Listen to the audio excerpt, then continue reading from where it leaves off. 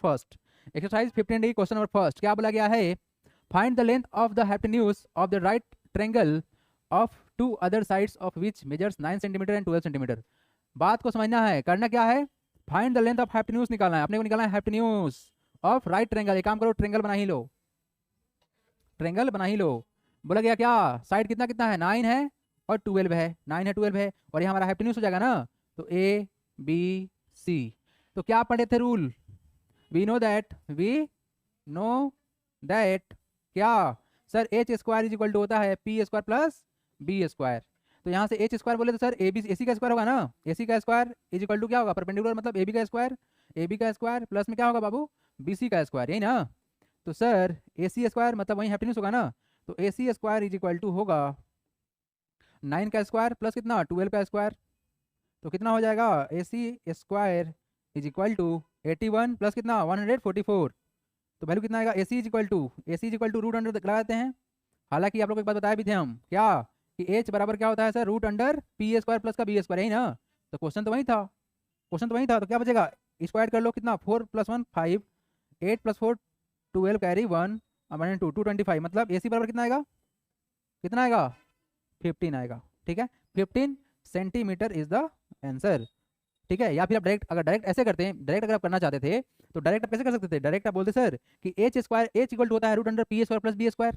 तो अपने पास परपेंडिकुलर का वैल्यू मालूम था कितना? 9, बेस का वैल्यू मालूम था कितना? 12, इसका स्क्वायर कर लेंगे तो वैल्यू कितना आएगा? रूट अंडर 81 प्लस में कितना? 144, तो वैल्यू आएगा रूट अंडर 225, तो वैल्यू निकलेगा कितना?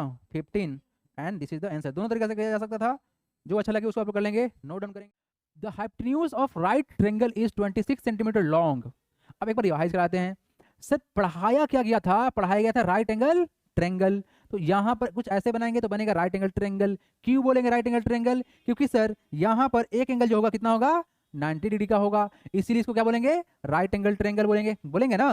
तो अगर यहाँ पर बोलते हैं ए बी सी, तो आप लोग बताओ एंगल बी क्या है? हमारा एंगल बी क्या है? 90 डिग्री। अब एक भी एंगल किसी ट्रायंगल का अगर 90 हुआ तो उसको क्या बोलते थे हम लोग? Right angle triangle. क्या बोलते थे? राइट एंगल ट्रायंगल बोलते थे, एंगल ट्रायंगल बोलते थे। तो सर इसमें आप क्या बताए थे? बताया ये गया था कि इस 90 डिग्री के सामने वाला जो साइड होता है उसको क्या बोलते हैं? हाइपोटेन्यूज बोलते हैं, जिसको हम एच से रिप्रेजेंट करते हैं। इस एंगल को बनाने वाले को हम इसको बेस ही बोलेंगे। क्या बोलेंगे? इसको बेस बोलते हैं। और ये हमारा क्या जो स्ट्रेट लाइन है इसको बोलते हैं परपेंडिकुलर बोलते हैं। ठीक है, हम देखो क्या बोल रहे हैं, इसको बेस, अभी आप लोग समझेंगे इसको बेस बोलते हैं। आगे क्लास 10 में चलेंगे ना तो बात थोड़ा सा चेंज होगा। ठीक है, तो फिलहाल के लिए इतना समझ लो कि नीचे वाला को बेस बोलेंगे, बेबी को बेस पसंद है वो वाला बेस। उसके बाद एक परपेंडिकुलर हो जाएगा और तुम्हारा हाइपोटेन्यूज हो जाएगा। परपेंडिकुलर जब होता है तो किसी भी लाइन पर हम परपेंडिकुलर ड्रॉ करते हैं, किसी भी लाइन पर जब परपेंडिकुलर ड्रॉ करते हैं तो क्या बनता है? 90 डिग्री बनता है। ये बात तो बिल्कुल पता है। तो सर यहाँ पे 90 बना है, इसीलिए इसको क्या बोलेंगे? परपेंडिकुलर बोलेंगे। तो एक रिलेशन कौन दिए थे? पाइथागोरस बाबा दिए थे। पाइथागोरस बाबा क्या बोले थे? सबसे बड़ा वाला जो लंबा लाइन होगा, जो सबसे बड़ा वाला जो क्या होगा, क्या बोले थे? जो सबसे बड़ा वाला जो साइड होगा उसका स्क्वायर कर लो, इक्वल टू होगा किसके किसके? तो दोनों छोटे मियाँ के स्क्वायर करके ऐड कर लो तो हो जाएगा दोनों बराबर। तो ये हम लोग पढ़े थे पाइथागोरस थ्योरम के अंदर, दैट्स इट। अब बात करेंगे क्वेश्चन में। क्वेश्चन क्या दिया गया है? Hypotenuse of right triangle is 26 centimetre long. मतलब सर इस ट्रायंगल को देखा जाए तो जो हाइपोटेन्यूज है कितना दिया हुआ है? 26 सेंटीमीटर लॉन्ग। उसके बाद if one of the remaining to side is 10 centimetre long, ठीक है, if one of the remaining two sides is 10 centimetre long, find the length of other side. तो मान लेते हैं कोई बी या पी, किसी को भी मान लो, कितना कितना बोले? 10 सेंटीमीटर, यही ना दिया गया है। बोला गया कि जो दो साइड बाकी है, देखो हाइपोटेन्यूज के अलावा दो साइड बाकी रहेगा ना, परपेंडिकुलर और बेस। तो इसमें से किसी दो साइड का मतलब एक वैल्यू दिया हुआ है, दो साइड में से किसी एक का वैल्यू दिया हुआ कितना? 10 सेंटीमीटर सर। तो बताना है कि जो लेंथ होगा अदर साइड कौन सा होगा। क्लियर है? ठीक है, समझ में आ गया। इरेज करते हैं, ठीक है, चलो इरेज कर दें। अब देखो सर गिवन क्या है हमारे पास? तो सर गिवन है हाइपोटेन्यूज दैट इज एच बराबर कितना? 26 सेंटीमीटर लॉन्ग। और क्या? If one of the remaining side, तो किसी भी एक साइड को तो बोलते हैं बेस बराबर कितना दिया हुआ है? 10 सेंटीमीटर। फाइंड क्या करना है हमको? फाइंड क्या करना है बाबू? फाइंड करना है सर पी बराबर क्या होगा। अब चलो लगा दो, कौन सा थ्योरम? पाइथागोरस थ्योरम, ठीक है ना। पाइथागोरस थ्योरम लगा दीजिए। यस, ये थ्योरम को याद रखना है, थ्योरम, ठीक है ना। क्या बोला गया था? H square is equal to P square plus B square. तो एच स्क्वायर कितना है सर? 26, 26 का स्क्वायर कर लेंगे minus sorry equal to P का स्क्वायर तो पता नहीं, तो पी छोड़ देते हैं, प्लस का बी स्क्वायर कितना? 10 सेंटीमीटर, 10 का स्क्वायर कर लेंगे। एक बात बताइए आप लोग, एक काम करते हैं, अदर जो साइड है ना उसको बी मान लेते हैं। क्या कर लेते हैं? सॉरी पी मान लेते हैं। क्या मान लेंगे? अरे जो अदर साइड है ना उसको हम पी मान लेते हैं। देखो वेरिएबल में तो कुछ भी माना जा सकता था ना, अरे वेरिएबल में तो कुछ भी मान सकते थे, लेकिन पी मान लेते हैं। और आसान हो जाएगा। तो लेट द अदर साइड भी पी। हम इस वेरिएबल के बाद कुछ भी डाल सकते हैं, एक्स वाई जेड जो मन करे वो डाल दो, लेकिन अच्छा रहेगा एच बी पी का रिलेशन होता है तो वहीं डाल देते हैं। तो क्या होगा सर, यहाँ पर भी स्क्वायर रहेगा तो क्या होगा हमारा 26 का स्क्वायर, 26 का स्क्वायर माइनस कितना करेंगे 10 का square is equal to P का स्क्वायर होगा कि नहीं होगा बताओ। इसका वैल्यू होगा 676, 10 का स्क्वायर कितना होगा 100 होगा is equal to P square. Difference कितना आएगा 576, कितना आएगा 576 is equal to P square. अब देखो आप लोग को एक बात समझाए थे कि अगर रूट को हटाना है, क्या करना है, रूट को अगर हटाना है तो स्क्वायर रूट लगाएंगे, यही ना, taking square root on both side. तो क्या होगा,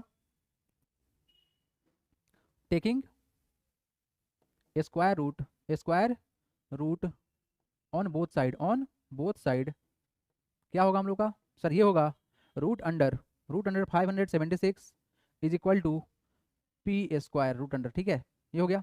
अब देखो अगर रूट के अंदर में अगर कोई चीज़ स्क्वायर में है तो एक बात बताओ, अगर ये पी स्क्वायर तो लिख सकते हैं पी इंटू पी, तो 576 जो होता है ना 24 का स्क्वायर होता है, किसका होता है 24 का स्क्वायर होता है, तो लिखेंगे 24 इंटू 24, ठीक है ये 576 के बराबर आ जाएगा। तो अगर स्क्वायर रूट के अंदर कोई भी दो चीज़ लिखा हुआ है मल्टीप्लाई करके दो बार, तो उसमें से एक बाहर निकल जाता है, कितना निकल जाएगा बाहर 24 बाहर निकल जाएगा, तो यहाँ वैल्यू क्या निकलेगा पी निकलेगा बाहर। तो पी इक्वल टू कितना हो गया 24 सेंटीमीटर, कितना हो गया 24 centimetre. This is the answer. कहाँ ये बात समझ में नहीं आया, ये वाला taking square root on both side. देखो हम करते क्या है कि अगर यहाँ पर स्क्वायर है ना, इस स्क्वायर को हटाने के लिए हमारे पास एक रास्ता है, वो है स्क्वायर रूट, ठीक है इसको बोलते हैं परफेक्ट स्क्वायर रूट का रिलेशन। क्यूब रूट होता है, स्क्वायर रूट होता है, जब कुछ ऐसा होता है अगर यहाँ पर क्यूब रहता है तो क्यूब रूट लगाते, अगर स्क्वायर है तो क्या लगाएंगे स्क्वायर रूट लगाएंगे।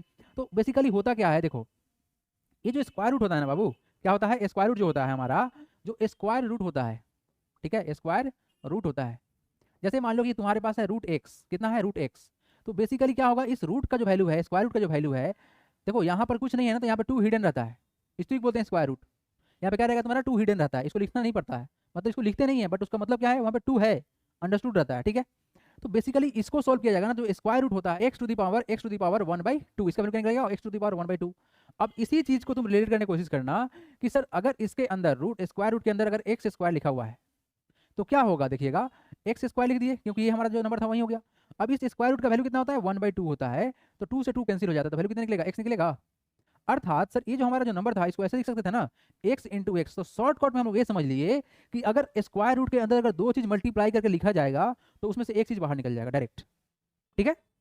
ये ओवरऑल यही कॉन्सेप्ट था कि अगर स्क्वायर में है तो उसको हटाने के लिए स्क्वायर रूट लगाएंगे, ये उसका वैल्यू क्यों होता है 1/2 होता है, तो अगर यहाँ पर स्क्वायर करेंगे तो 2 से 2 कैंसिल हो जाता है, एक्स टू दी पावर बना जाएगा ना, तो एक्स बाहर निकल गया। अर्थात जब भी हमको स्क्वायर दिखे क्यूब दिखे तो हम स्क्वायर रूट या क्यूब रूट लगा लेंगे, तो स्क्वायर को हटाने के लिए एक ही रास्ता है कौन सा स्क्वायर रूट लगा देंगे, ठीक है।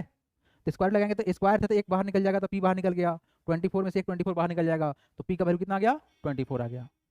और एक बात आप लोग को याद होगा, क्या याद होगा कुछ नहीं याद होगा, चलिए जल्दी से नोट डाउन कीजिएगा, बढ़ेंगे हम आगे, ज़्यादा डिटेल करेंगे तुम्हारा दिमाग खराब हो जाएगा। चलो जल्दी करो जल्दी करो। देखो अभी अभी मेरे से मानी पूछी है कि सर ये कैसे याद करेंगे, कैसे पता चलेगा, आदिति डाउट ये था कि सर कैसे पता चलेगा कि सर किसका स्क्वायर रूट है, ये चीज़ कैसे याद। एक तो पहला बात की याद होना चाहिए, अगर मान लो एग्जाम में याद नहीं आया तो फिर क्या करेंगे, इसको हम इरेज करेंगे, कुछ शॉर्टकट बताएंगे आप लोगों को जिससे जिंदगी आसान हो जाएगा। डायरेक्ट अनुमान लगा सकते हैं आप लोग कि इसका आंसर क्या होगा, ठीक है। देखो बताते हैं, अब देखो स्क्वायर अगर कुछ करना होता है स्क्वायर तो कोई प्रॉब्लम ही नहीं होता, जैसे मान लो 24 इंटू 24 देगा तो हम आराम से मल्टीप्लाई करके आंसर दे देंगे। लेकिन अगर कुछ ऐसा हो कि वापस आना हो, मतलब उल्टा आना हो, तो फिर कैसे कर सकते हैं ये समझना।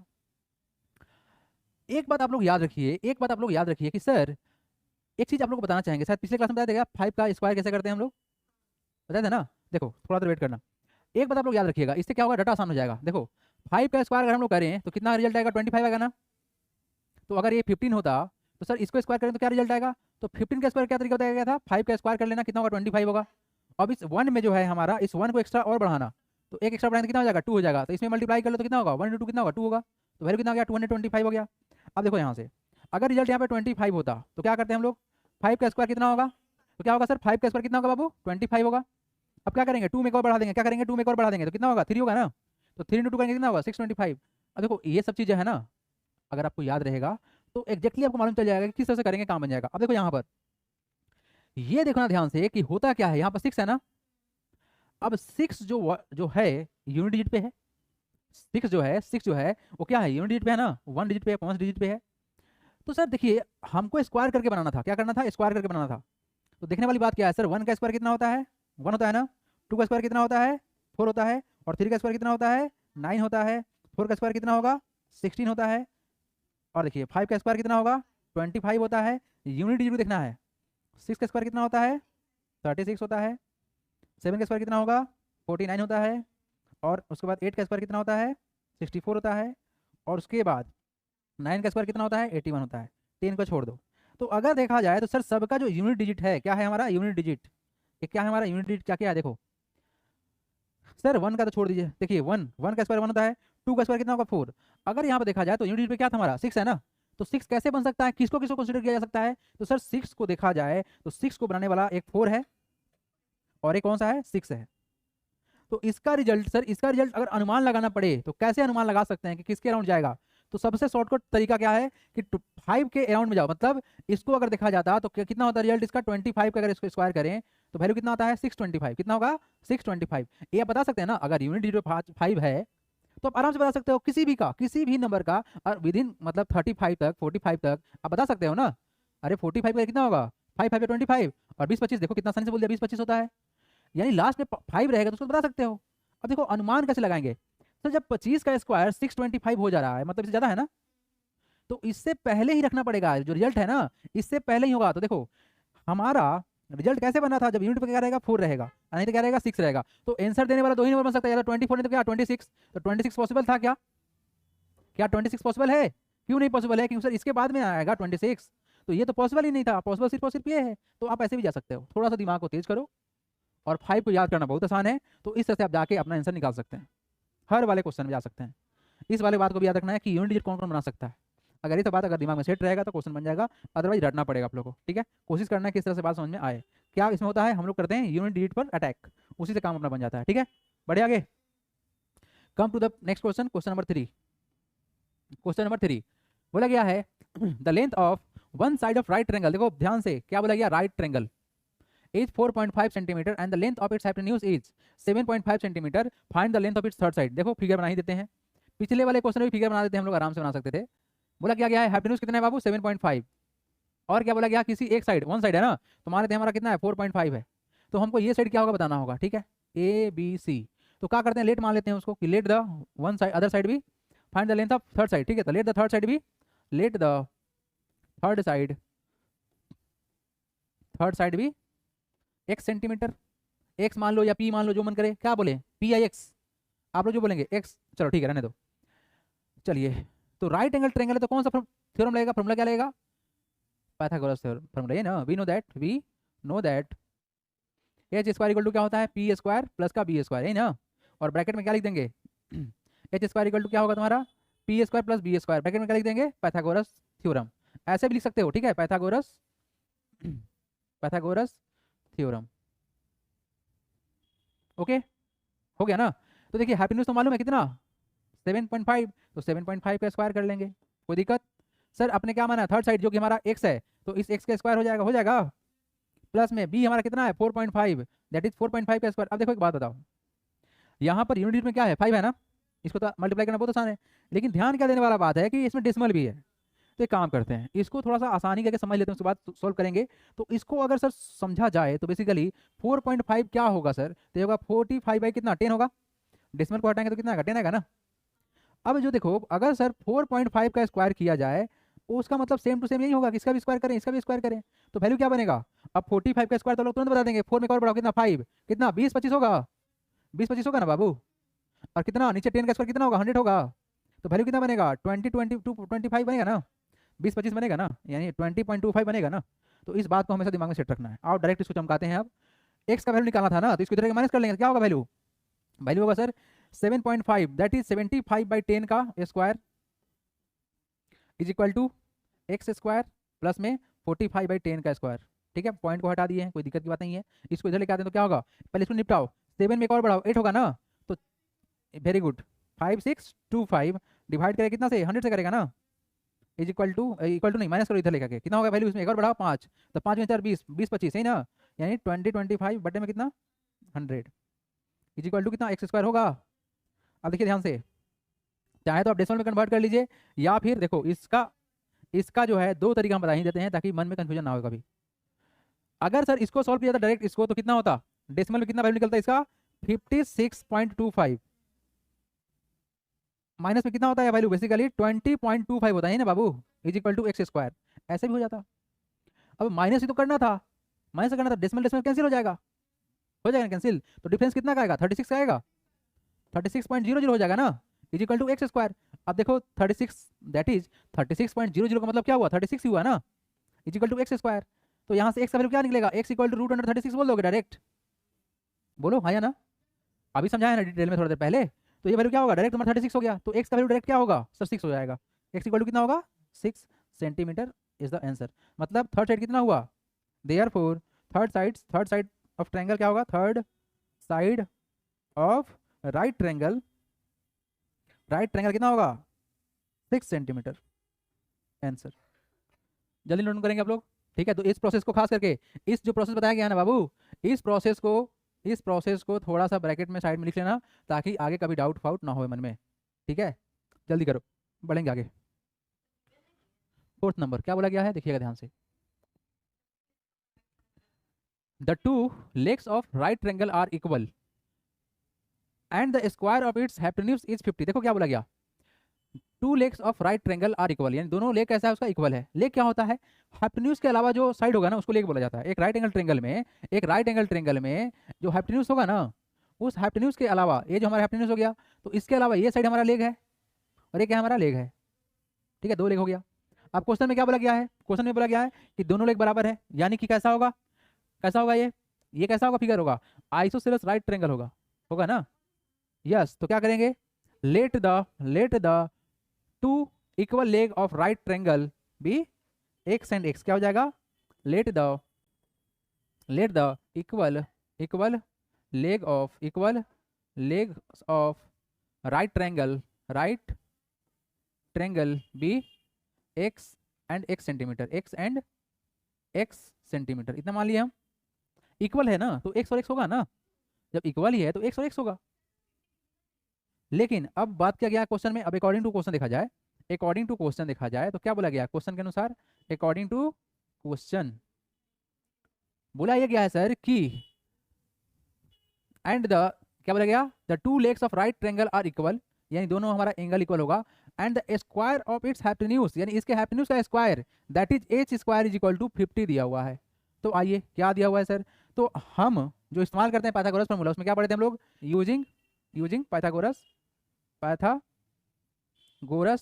थ्योरम, ठीक है सर। क्या होगा सर, ये होता है सर पी स्क्वायर प्लस का B square is equal to H square होता है ना, P square plus B square equal to H square होता है ना, नहीं होगा, बिल्कुल होगा सर।